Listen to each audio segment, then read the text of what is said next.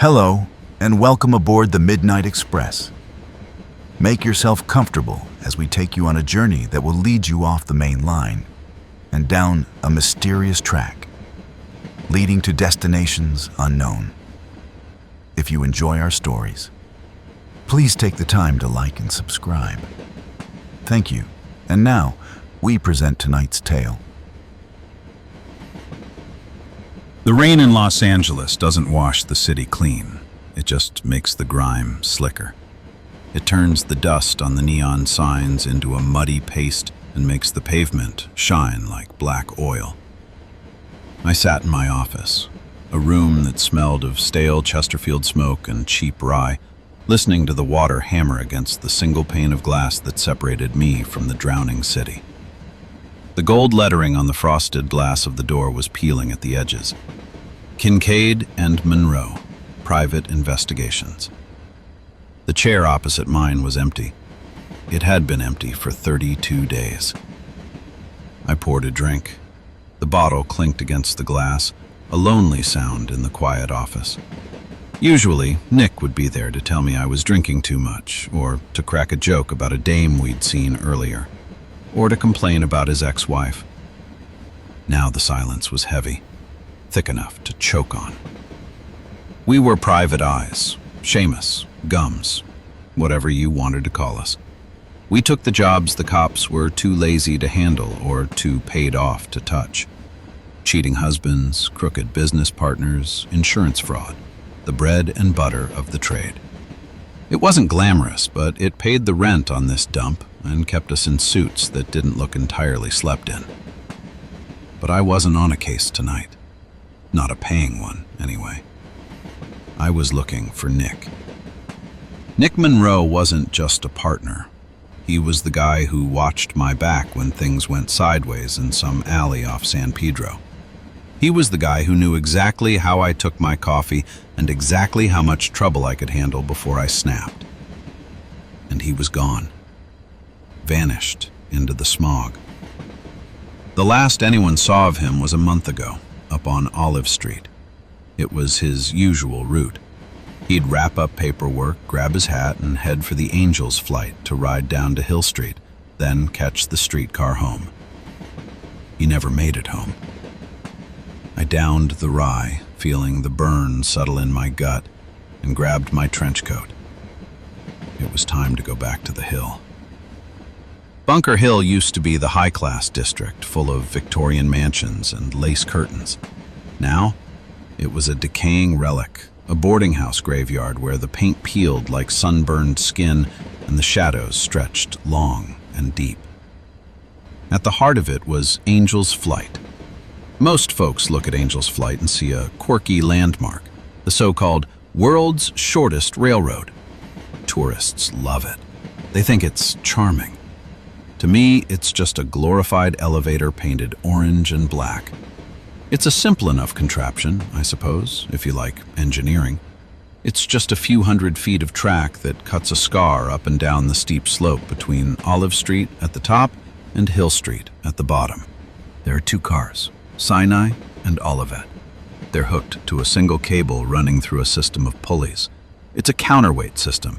When one car goes up, the other comes down, perfectly synchronized, moving at the same speed. They share a rail for the upper and lower portions, but right in the middle, the track splits into a passing loop so they can slip by each other without colliding. The cars themselves are strange beasts. They're built at a severe angle, like a rolling staircase enclosed in wood and glass. To get from one end of the car to the other, you're walking up and down steps inside the cabin. Each step has a wooden bench seat against the wall on either side. No motor, no driver. They're just dumb boxes on wheels pulled by a massive electric motor housed in the station house at the top of the hill. The operator sits up there in a booth, pushing levers, watching the cars crawl up and down. That design always bothered me. The operator is up top. Once those cars dip below the crest of the hill, especially at night, it's tough to see what's happening inside them.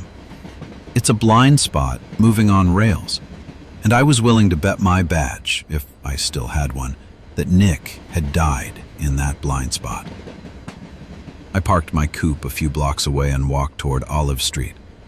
The fog was rolling in, mixing with the coal smoke from the heaters in the tenements. The air tasted like wet ash. When Nick first went missing, I played it by the book. I went to the cops. That was a waste of breath. Detective Miller, a man whose belt buckle had vanished under his gut 5 years ago, just shrugged. "People go missing, Kincaid," he'd said, chewing on a toothpick that looked like it had been in his mouth since the Hoover administration. "Maybe he skipped town. Maybe he found a skirt with a lot of money and a little morality. Or maybe he just got tired of looking at your ugly mug." "He didn't skip," I'd told him, "and he didn't run off. Something happened." "We'll file a report," Miller had grunted, already looking back at his racing form. "But don't hold your breath. Half the force is busy and the other half is on the take." He wasn't wrong about the corruption. This town was bought and paid for, from City Hall down to the beat cops. If Nick had stumbled onto something he shouldn't have, the police were the last people who would help. So I hit the streets. I went to the boarding houses, the dive bars, the newsstands along Nick's route. I flashed his picture until the edges were frayed. The reaction I got was wrong. Usually when you ask about a missing guy in this neighborhood, people give you the cold shoulder because they don't want trouble with the law or the mob. They tell you to get lost, or they play dumb with a smirk. This was different. The people around Angel's Flight, the old ladies running the boarding houses, the janitors, the guys selling fruit, they weren't just tight-lipped. They were terrified. It was a fear I could smell, sour and sharp. When I showed Nick's picture, eyes would dart to the shadows. Doors would close a little faster. I'd talked to stool pigeons who had the mob after them, guys who knew they were walking dead men, and they didn't have the look these people had. And then there were the girls. Bunker Hill had always been a bit rough, but the working girls, the streetwalkers, usually stuck to the busier thoroughfares or the strips down on Sunset. But lately, the area around Olive and Hill was crawling with them. And these weren't the usual tired, desperate women you saw peddling flesh for a few bucks to make rent. These dames were stunning, high class, the kind of women who wore silk in the rain and smelled like French perfume, not gin and regret. They had skin like porcelain and eyes that seemed to catch the light of the street lamps a little too well. They moved with a grace that didn't belong on these cracked sidewalks. It was strange. Why would high-dollar merchandise be working a nickel-ride train line in a fading neighborhood? I stood at the top of the hill watching the cable whir. Sinai was coming up, Olivet going down. I decided to retrace the steps again. I walked down the stairs that ran parallel to the tracks. It was a steep, lung-burning climb if you were going up, but going down, it offered a view of the dark underbelly of the funicular. Below the tracks, there was a narrow service road, Clay Street. It wasn't much more than an alley that ran beneath the trestle, connecting the lower elevations. It was dark, filled with trash and overgrown scrub brush that thrived in the neglect. This was where I'd found it. 3 days into the search, I'd been scouring this alley, poking through the refuse with a flashlight. I didn't expect to find a body. That would be too easy, but I was looking for anything, a receipt, a hat, a scuff mark. I'd seen a glint of metal in a patch of weeds near the base of the concrete pilings. I reached in, the thorns scratching my hand, and pulled it out. It was a watch, brass. The crystal was cracked, spiderwebbed across the face, stopping the hands at 9:15.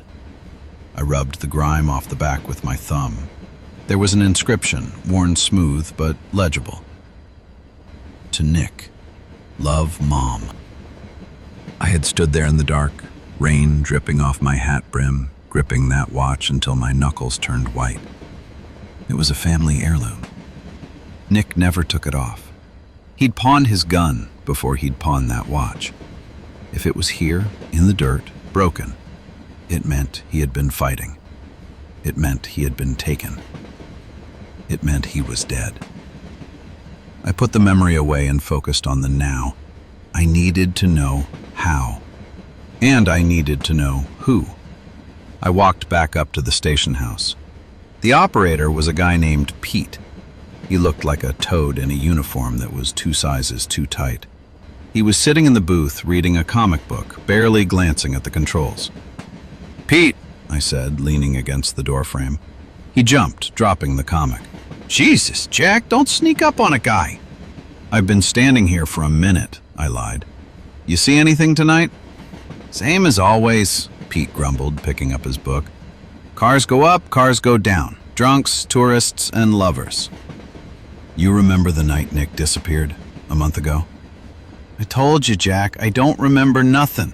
I punch the tickets, I pull the lever. I don't stare at the passengers." I looked at him. He was sweating, despite the chill in the air. His eyes wouldn't meet mine. "You're a terrible liar, Pete. Who got to you? The cops? The mob?" "Nobody got to me," his voice cracked. "Look, just leave it alone, Kincaid. It's not good for your health. People go missing on the hill. It happens. Just let it be." He turned his back to me, his hand shaking as he reached for the control lever to bring the car back up. He wasn't paid off. He was scared, just like the rest of them. I left the booth and went back to the street. I needed to see it for myself. I spent the next week turning into a shadow. I learned the rhythm of the hill, the clatter of the wheels, the hum of the cable, the specific flickering of the street lamp on the corner.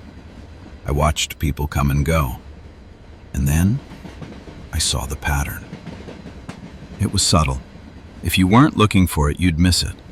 It happened late, usually after 9 p.m. when the tourist traffic died down and the fog was thickest.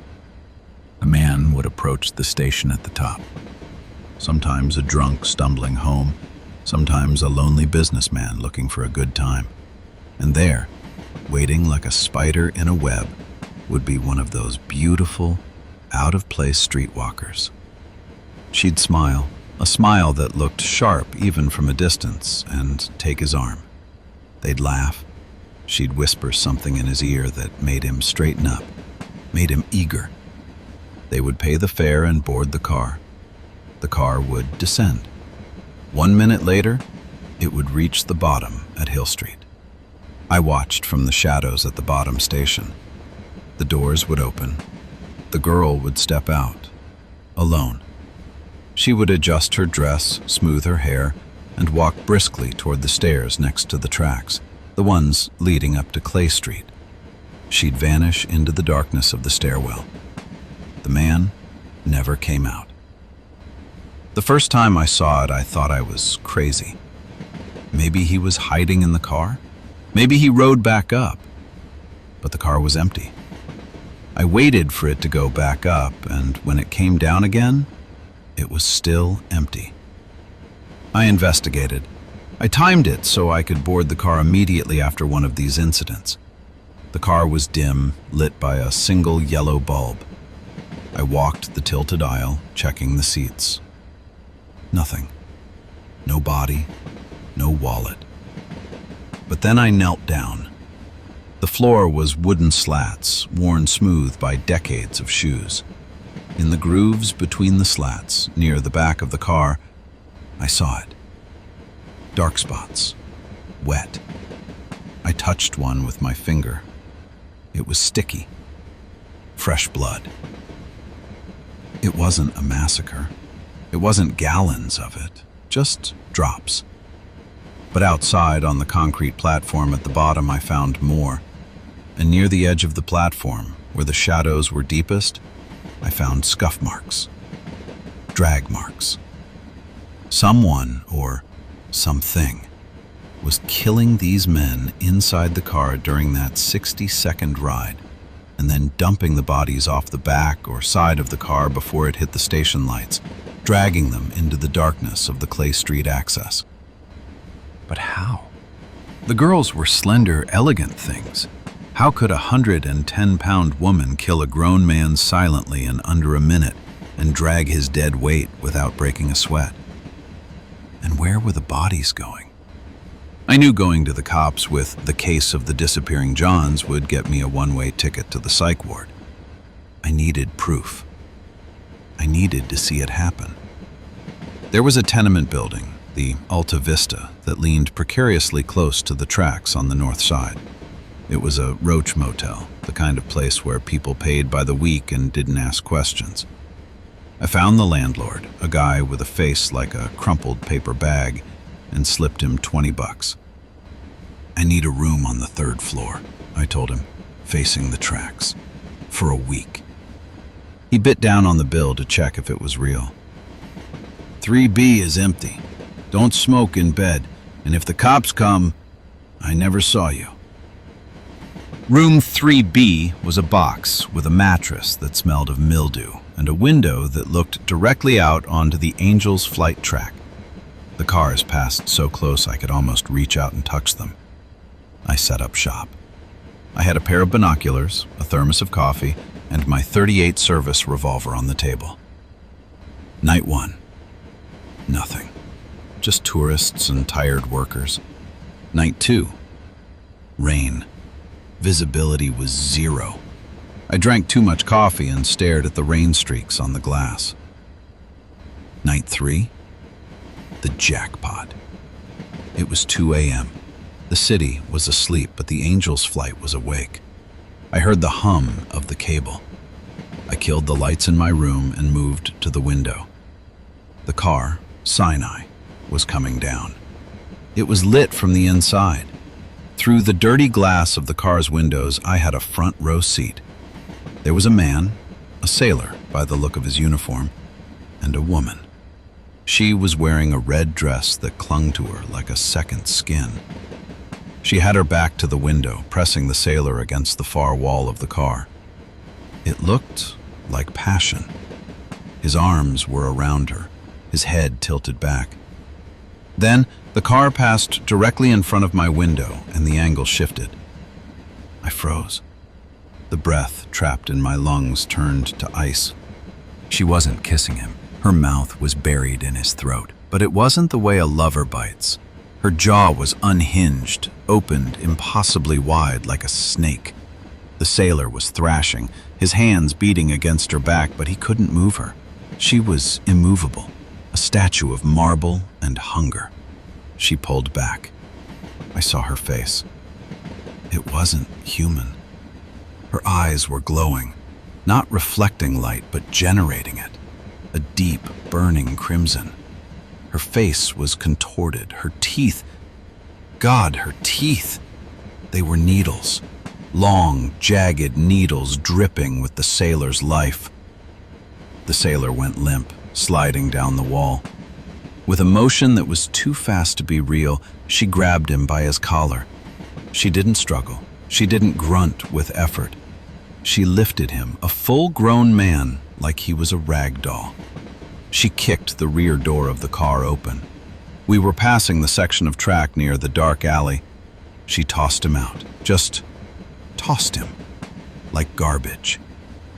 The car continued down to Hill Street as if nothing had happened. I sat back on the floor of the dark apartment, the binoculars slipping from my sweating hands. My heart was hammering against my ribs like a trapped bird. I've seen bad things. I've seen what a shotgun does to a face at close range. I've seen bodies that have been in the harbor for a week. But this was a nightmare brought to life. I didn't sleep that night. I sat in the corner, my gun in my hand, watching the door. But I knew the gun was useless. I had seen the strength in that woman's arms. Bullets wouldn't stop that. Nick. They had done that to Nick. The realization hit me with a cold, clarifying fury. The fear evaporated, replaced by a cold, hard need for vengeance. Nick didn't just die. He was fed upon. He was livestock to these things. I spent the next 3 days at the Los Angeles Public Library on 5th Street. I bypassed the crime section and went straight to the reference desk. The librarian, a bird-like woman named Mrs. Higgins, looked at me over her spectacles. "Mythology and folklore," I said. "Specifically, Eastern European." She raised an eyebrow but led me to the stacks. I dug in. I read until my eyes burned. Nosferatu, Strigoi, Vampire. The books were old, smelling of dust and time. They spoke of creatures of the night, drinkers of blood, immortal and strong. They spoke of their weaknesses too: sunlight, fire, decapitation, and wood. Hawthorn or ash, a stake through the heart. It seemed ridiculous. I was a man of the 20th century. I drove a car. I used a telephone. I believed in ballistics and fingerprints. But I couldn't deny what I had seen through that window. The glowing eyes, the strength, the blood. I had to adapt. If the enemy was supernatural, my methods had to be medieval. I went to a hardware store on Main Street. I bought a thick dowel of ash wood, the kind used for tool handles. Back in my apartment, I spent hours whittling. I sharpened one end to a needle point, hardening it over the gas flame of my stove. I cut it down so it would fit inside my coat, tucked into the specially sewn pocket where I usually kept a flask. I wasn't a hunter. I was a pest exterminator. And tonight, the exterminator was going to work. The fog was back, thick enough to chew on. It muffled the sounds of the city, turning Los Angeles into a gray ghost town. I checked the stake in my coat. It felt light, absurdly light compared to the weight of a .45, but the books said it was enough. I walked up Olive Street. I made myself look easy, hands in my pockets, shoulders slumped, a little stagger in my step like I'd had a few too many. I didn't have to wait long. I heard the click of heels on the pavement behind me. Slow, deliberate. I stopped to light a cigarette, cupping the flame against the wind. In the reflection of a shop window, I saw her. She was blonde, wearing a blue trench coat belted tight at the waist. Her lips were painted a dark, bruised red. She was beautiful. Terrifyingly beautiful. I turned, feigning surprise. "Got a light, handsome?" she asked. Her voice was like smoke, smooth and enveloping. "Sure," I said, my hand steady as I held out the lighter. She leaned in. Her eyes were blue, but there was something behind them. A hunger, a cold, ancient intelligence. She touched my hand to steady the flame, and her skin was ice cold. "Heading down?" she asked, nodding toward Angel's Flight. "Yeah, heading home." "Me too. Mind if I share the ride? I hate these dark streets alone." "Be my guest." We walked to the station. Pete was in the booth, head down. He didn't look up as I slid a dime across the counter for 2 fares. We boarded, Cy and I. The car was empty. I sat on one of the lower benches. She sat right next to me, too close. Her thigh pressed against mine. The cable jerked and the car began its slow, clanking descent. "You have a name?" she asked, her hand drifting up my arm. "Jack," I said. "You?" "Alice," she smiled. "You look tense, Jack." "Just a long day." "I can help you relax." The car dipped past the crest of the hill. We were in the blind spot now. The lights of the city below were blurred by the fog. I felt the shift in the air. The temperature in the car seemed to drop 10 degrees. I didn't look at her, but I could feel her staring. I could feel the predator waking up. "Jack," she whispered. I looked up just enough to catch her shadow against the wall. It was changing, elongating. She was moving silently, rising from the seat, positioning herself behind me. The books said they could move without sound. They were right. This was it. I waited until I felt her breath on my neck, cold and smelling of copper. "Jack," she hissed. I moved. I didn't turn to look. I trusted the instinct that had kept me alive in the trenches of Europe and the alleys of LA. I exploded upward, spinning on my heel. She was there, mid-lunge. Her face was gone, replaced by that demon mask I had seen through the window. The eyes were burning red coals. The mouth was a gaping maw of needles. I drew the stake.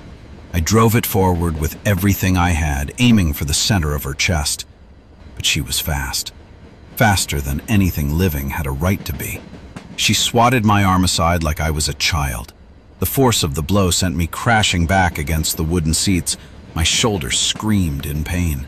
She hissed, a sound like tearing canvas. "Fool," she snarled. "You think a stick scares me?"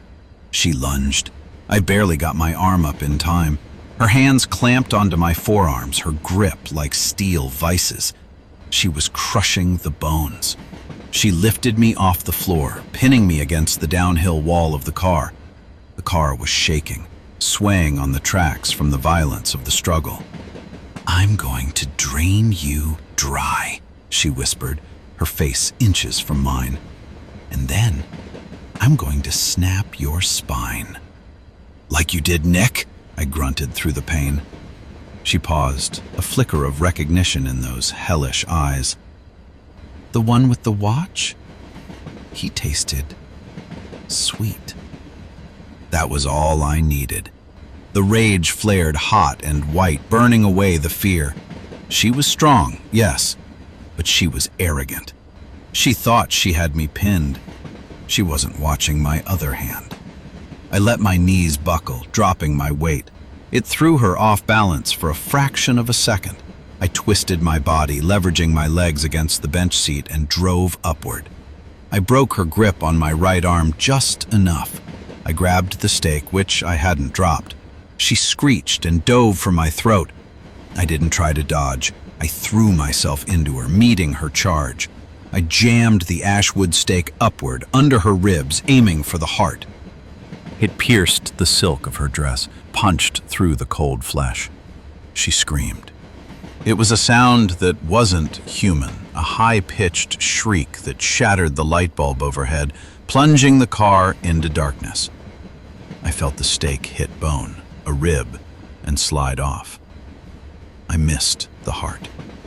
She flailed, her claws raking across my face, tearing deep furrows in my cheek. I tasted my own blood. She threw me back and I crashed onto the steps. She stood over me, the stake protruding from her stomach. Black ichor oozed from the wound, sizzling like acid on the wood floor. She wasn't dead. She was furious. "You're dead," she gurgled, reaching for the stake to pull it out. I scrambled up the inclined steps of the car. I was cornered at the top end. She laughed, a wet, gurgling sound, and started to climb toward me. I looked around. I needed an edge. The car lurched as it hit the passing loop, the tracks splitting. The sudden lateral movement made her stumble. I didn't wait. I jumped. Not away from her. At her. I used the slope of the floor to gain momentum. I tackled her, wrapping my legs around her waist, driving her back down against the hard wooden bench. My hand found the end of the stake still sticking out of her gut. She clawed at my eyes, but I buried my face in her shoulder, ignoring the pain, ignoring the tearing flesh. "For Nick!" I roared. I put both hands on the stake and put all my weight behind it. I wrenched it upward, tearing through her insides, finding the rhythm, finding the beat. Crunch. I felt it, the resistance, and then the pop as the wood pierced the organ. The world seemed to stop. Her body went rigid beneath me. Her claws froze mid-air, inches from my throat. Her eyes, those terrible red eyes, widened in shock. The glow began to fade, flickering like a dying candle. She opened her mouth to scream, but only dust came out. It started at her hands. The skin turned gray, then black, then crumbled. It moved fast, racing up her arms, consuming her torso. I rolled off her, gasping for air, backing away until I hit the wall. She was vibrating, shaking violently as the magic that held her together unraveled. With a final, silent gasp, her form collapsed. There was no body, no blood, just a pile of clothes, a blue trench coat, a silk dress, high heels, lying in a heap of fine, black dust. The car continued to roll down the hill, the wheels clacking rhythmically. Clack, clack, clack, clack.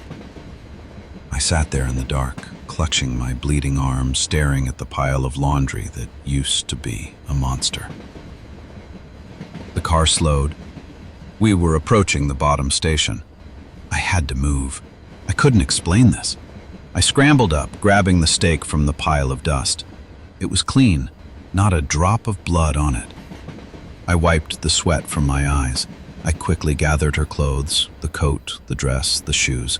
I balled them up and shoved them under my trench coat. I looked at the dust. It covered the floor. I used my shoe to scatter it, kicking it into the grooves, spreading it out until it just looked like the accumulated soot of the city. Just more dirt in a dirty town. The car bumped gently into the bumpers at the Hill Street station. The doors opened. I stepped out. The cool night air hit my face, stinging the scratches on my cheek. I walked briskly away from the station, heading for the shadows of the alley. I found a dumpster a few blocks away and dumped the clothes. I leaned against the brick wall, my breath coming in ragged gasps. I pulled a handkerchief from my pocket and dabbed at the cuts on my face. They were deep, but they would heal. I looked up at the hill. Angel's Flight was still running. The cars were moving again. Sinai going up, Olivet coming down. Just a machine. But now I knew. I touched the pocket where the stake rested. Nick was avenged. One of them was gone. But as I looked at the skyline of Los Angeles, at the thousands of dark windows and the shadowy alleys, I felt a cold weight settle in my stomach. She hadn't been alone. She had mentioned Nick tasting sweet. She had recognized the watch. That meant she was there, or her friends were. There was a nest, a colony, right here in the City of Angels. I lit a cigarette, my hands finally steady. The smoke curled up into the fog. I used to just catch cheating husbands and find lost dogs. I used to be a guy who worried about rent and whiskey. Not anymore. I took a drag and flicked the match into a puddle. The police wouldn't believe it. The public wouldn't understand it. It was up to me. I turned up my collar against the rain and started the long walk back to my office. I had work to do. I needed more wood. I needed to map the city. I needed to find where they slept. The night was young, and the city was full of monsters. And I was the only one with a stake in the game.